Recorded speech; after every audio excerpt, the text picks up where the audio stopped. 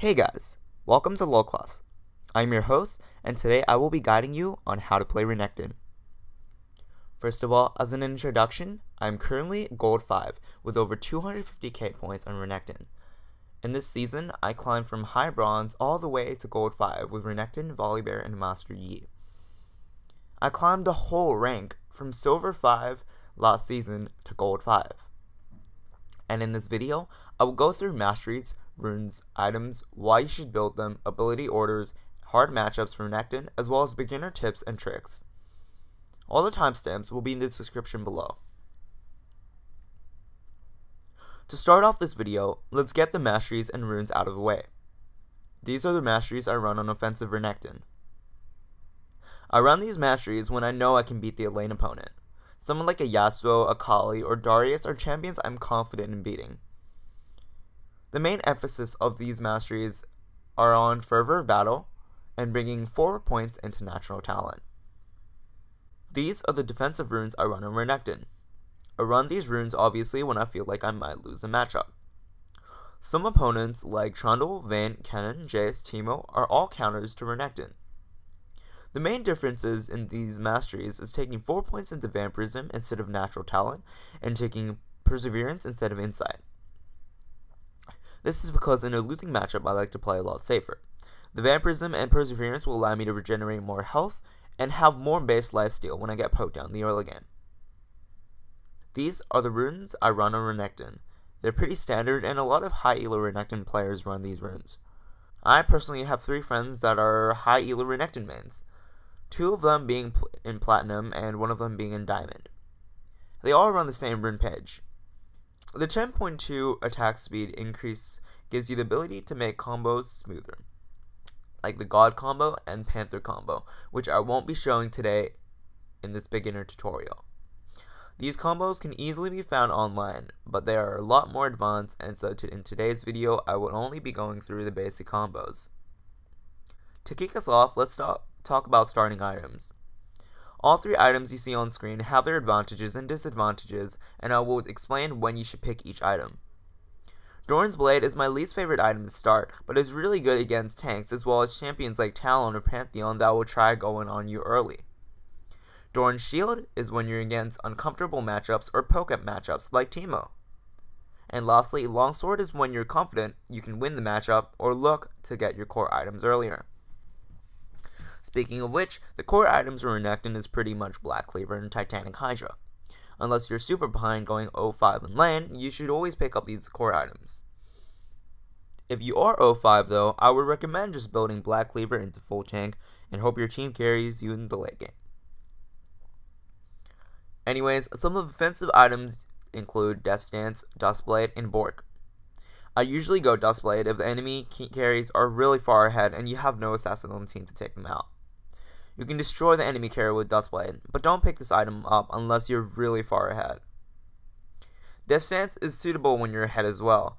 Just get it as a 3rd item if you have no idea what to build next. Bork is a really good item if they have a lot of peel and you really just want to get to that backline. It slows enemy carries, and once you kill them, your unique passive on Bork can also help you shred and clean up the tanks. There are also other offensive items like Youmuu's and Ravenous Hydra, but I won't be really talking about them in this video as they're not as meta as these picks right now.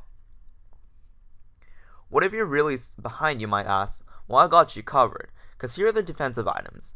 I won't explain all of them, but my personal favorite are Randuin's and Dead Man's Blade. Randuin's is really good when they have a lot of crit. Something like a Tryndamere top, Yasuo mid, and Jinx AD carry on the enemy team. Tryndamere and Yasuo always builds crit, and Jinx always has like a decent amount of crit.